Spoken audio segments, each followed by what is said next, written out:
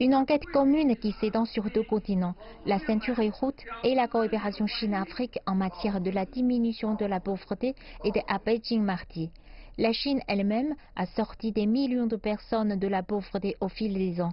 Mais malgré les grandes campagnes de réduction de la pauvreté et un travail étroit avec d'autres puissances mondiales, les experts disent qu'il reste beaucoup de travail dans le pays et à l'étranger.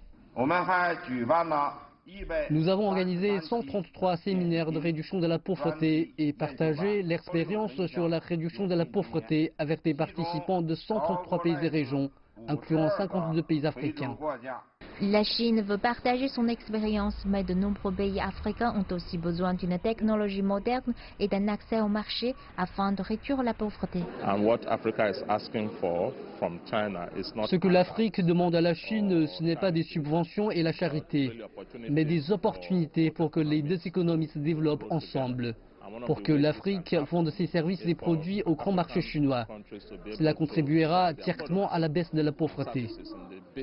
Des délégués d'Afrique pensent que l'initiative Ceinture et Route fournira l'accès.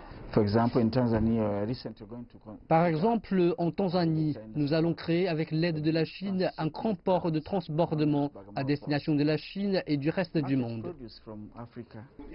Les délégués partiront ensuite pour un voyage d'études à Bijie dans la province du Guizhou, dans le sud-ouest de la Chine entre les 15 et 16 août.